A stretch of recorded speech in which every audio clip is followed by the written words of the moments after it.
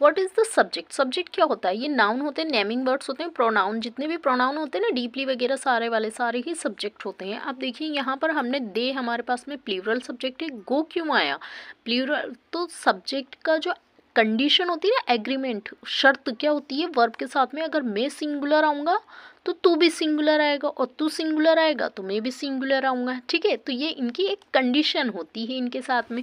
तो ये ही कंडीशन इसमें देखते हैं हम। वर्ब्स होती हैं वैसे तो बहुत सारी टाइप्स की होती हैं, बट इसमें क्या है, इसमें जो अप्लाई होती है टू टाइप्स की अप्लाई होती है, helping verbs and man verbs, है ना।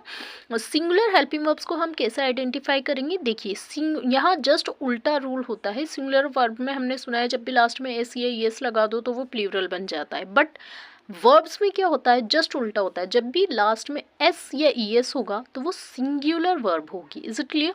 अब देखिए, इज आपने ऑलवेज सिंगुलर सब्जेक्ट के साथ में लगा हुआ देखा है, was singular subject, does singular subject के साथ में आता है, has singular subject. Its mean ये सिंगुलर हेल्पिंग वर्ब्स हैं। वर प्लूरल हेल्पिंग वर्ब्स होती है, have plural, do plural, are plural, ठीक है। अब देखिए मैन वर्ब्स, ठीक है। तो प्लूरल मैन वर्ब्स की क्या आइडेंटिफाई होती है? देखिए इसके लास्ट में एस नहीं होता। हमने हमेशा वर्ब्स ऐसी देखी ना जो एक्शन वर्ब्स होती हैं, और वॉक, ईट, स्लीप, रन, डांस, जंप। लेकिन जब हम इनके लास्ट में एस या ई एस लगा देते हैं तो ये हो जाती हैं सिंगुलर मैन वर्ब्स। क्या हो जाती हैं? Singular man verb. जस्ट उल्टा आ रहा है ना इसका, सिंगुलर प्लूरल का जस्ट उल्टा होता है वर्ब में। जब एस या एस लगाते हैं तो सिंगुलर बनाते हैं, ठीक है। सिंगुलर बनाते ही, बनी हुई क्या होती है? प्लूरल, उनको सिंगुलर बनाना होती है। अब देखिए, I always carry with I am, am के साथ में ऑलवेज कैरी होता है, बट आई कैरी होता है I singular verbs and plural verbs के साथ में। For example, I was there, subject verb agreement, present tense, past tense. How? कैसे? सब्जेक्ट में ही प्रेजेंट टेंस भी और पास्ट टेंस भी सीखेंगे। कैसे? चलिए देखते हैं। देखिए सब्जेक्ट वर्ब एग्रीमेंट का हमने देखा था कि इसमें जो सब्जेक्ट होता है वर्ब के साथ में एग्रीमेंट होता है, वर्ब का सब्जेक्ट के साथ में एग्रीमेंट होता है। But how? देखिए प्रेजेंट इंडेफिनिट टेंस का एक रूल होता है। कौन सा? सब्जेक्ट प्लस वर्ब की फर्स्ट फॉर्म प्लस एस या ई एस। क्या आपको पता है कि ये रूल्स कहाँ से आया है? इसका ये फॉर्मूला कहाँ से आया है? ये फॉर्मूला आया है सब्जेक्ट वर्ब एग्रीमेंट से, ठीक है। जब तक हमें सब्जेक्ट वर्ब एग्रीमेंट की अच्छी नॉलेज नहीं होगी हम टेंस नहीं सीख पाएंगे, ठीक है ना।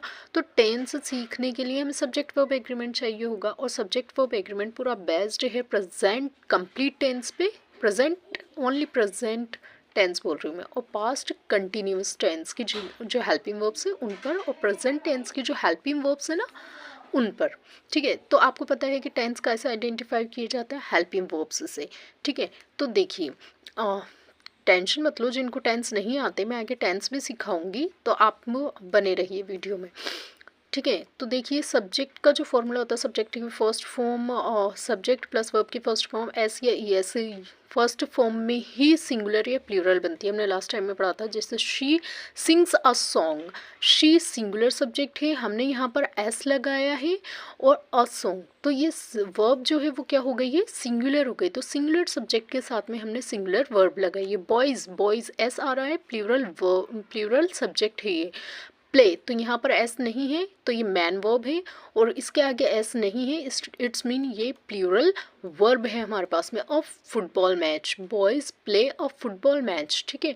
अब देखिए जो प्रेजेंट टेंस है उनकी जितनी भी हेल्पिंग वर्ब्स होती है ना, वो मैंने यहाँ पर आपकी हेल्प के लिए लिखी है। Do, does, is, am, are, has, has been, have been, ये सारी इसमें अप्लाई होती हैं। हाउ? देखिए वर्ब्स कैसे अप्लाई होती हैं। For example, you always carry with the plural subject, you have been telling a lie, you have been, you के साथ में प्लूरल वर्ब आ रही है, टेलिंग अ लाई। ये कौन सा सेंटेंस है हमारे पास में? समझ में आ रहा है कुछ? Present perfect continuous tense, okay. तो ये काय में सीख रहे हैं हम? सब्जेक्ट वर्ब एग्रीमेंट में। इट्स मीन हम सब्जेक्ट वर्ब एग्रीमेंट में present tense and past continuous tense के सेंटेंसेस के अकॉर्डिंग हम इसे सीखेंगे। तो इट्स मीन हो गया ना, सब्जेक्ट वर्ब एग्रीमेंट में present tense and past continuous tense. He has been going to morning walk, तो हैज़ बीन आ रहा है, कौन सा सेंटेंस है? Very good. प्रेजेंट सिम प्रेजेंट कंटिन्यूस परफेक्ट टेंस, ठीक है, परफेक्ट टेंस है ये ना प्रेजेंट का। We are happy to help them. Are कौन सी हेल्पिंग वर्ब है, आ गई। One of my uncle is coming today. One of my uncles, ठीक है। अब यहाँ पर अंकल्स आ रहा है, लेकिन क्या आ रहा है, वन ऑफ, उनमें से कोई एक अंकल। यहाँ नहीं देखना हमें इज कमिंग, उनमें से एक है ना, वन ऑफ, उन सारे अंकल्स में से कोई एक अंकल आ रहे हैं। The poet rights romantic poem. Poet जो है वो यहाँ पर राइट लिखना होता है, एस लगा दिया, सिंगुलर क्या हो गई, वर्ब हो गई। तो पोइट भी सिंगुलर, वर्ब भी हमारी सिंगुलर। तो it's mean understand. Past continuous की जो हेल्पिंग वर्ब है वाज वर, वो भी इसमें अप्लाई होती हैं। देखिए हमारा जो मेन टॉपिक है subject verb agreement. Subject singular होगा तो वर्ब भी सिंगुलर आएगी, वर्ब सिंगुलर होगी तो सब्जेक्ट भी सिंगुलर आएगा, प्लूरल के साथ में प्लूरल, सिंगुलर के साथ में सिंगुलर। तो ये सब्जेक्ट क्या है, सब्जेक्ट होता है काम करने वाला, प्रोनाउंस और नाउंस से सब्जेक्ट बनता है। अब जो सब्जेक्ट है उसको आइडेंटिफाई कैसे करें कि वो सिंगुलर है या प्लूरल, उसके कुछ रूल्स होते हैं, आइए देखते हैं। देखिए फॉर एग्जाम्पल आर्टिकल रूल्स होता है, एंड के बाद में जब भी कोई आर्टिकल आएगा ना तो वहाँ पर 2 सब्जेक्ट काउंट किए जाएंगे, ना कि 1 सब्जेक्ट। देखिए Saba Hasan is a great teacher and creator. And है यहाँ पर ए एन डी, एंड और वाला एंड है ना, एंड क्रिएटर है ना।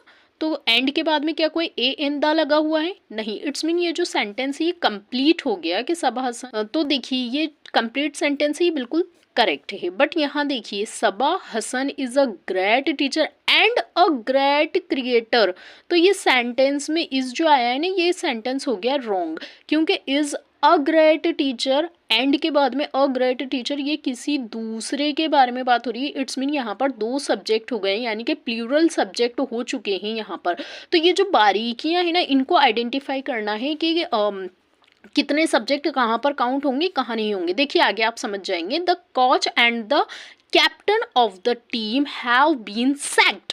द कोच है ना, कोच की बात हो रही है, एंड द कैप्टन है ना, captain of the team have been sacked, निकाल दिए गए, कोच भी निकाल दिया और कैप्टन भी निकाल दिया, यानी कि कोच अलग है, कैप्टन अलग है, ठीक है ना। 2 लोगों की यहाँ पर बात हो रही है। अगर यहाँ पर एंड द नहीं लगा हुआ होता, एंड कैप्टन होता, तो मतलब कोच भी वही है और कैप्टन भी वही है, एक ही के बारे में बात होती। देखिए अगर आप कहेंगे कि मैम आप तो कह रही थी इसमें द लगा हुआ होता है तो किसी उसी के बारे में बात होती, नहीं।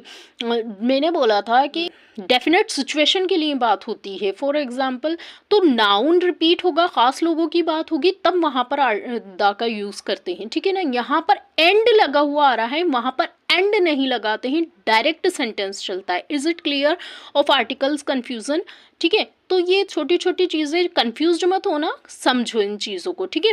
अब देखिए ये समझ में आ गया। अब देखिए काउंटेबल नाउन का जो होता है ना, अनकाउंटेबल नाउन, उनके साथ में ऑलवेज सिंगुलर वर्ब ही आएगी। वाई, बिकॉज मनी को काउंट नहीं कर सकते हैं ना, money does not grow on the tree. आप कहेंगे मैम मनी को ही तो काउंट करते हैं तो मनी मतलब मनी एक वर्ड है ना, मनी, तो उसको हम काउंट नहीं कर सकते। वो जो सिक्के वगैरह उनको तो काउंट कर सकते हैं, मनी जो वर्ड है ना, money does not grow on the tree. Okay तो इसके लिए हम क्या लगाएंगे, डज सिंगुलर वर्ब है। ओके बीच में कितने भी प्रोनाउन फ्रासेस आ जाएं, बट जो फर्स्ट में सब्जेक्ट है ना उसके अकॉर्डिंग ही हम वो लगाएंगे वर्ब। फॉर एग्जाम्पल देखिए the colours of the sky are beautiful. Colours यहाँ प्लूरल है, कलर्स जो है कलर नाउन है, आपको पता है थिंग्स नाउन्स होते हैं, तो the colours of the sky, colours plural है, that is why here write are. Is it clear? Everyone, each, somebody, anybody, some, ये जब इंडेफिनिट प्रोनाउंस आते हैं ना, इनमें ऑलवेज सिंगुलर वर्ब आती है। प्लूरल इंडेफिनिट नाउन में ऑलवेज प्लूरल वर्ब आएगी। फॉर एग्जाम्पल फ्यू स्टूडेंट्स, अब इसमें कौन से प्लूरल इंडेफिनेट प्रोनाउंस होते हैं, आप कहेंगे देखो सब्जेक्ट को समझने के लिए आपको बहुत अच्छे से सब्जेक्ट देखना होंगे और प्रोनाउंस देखना होंगे बेटा।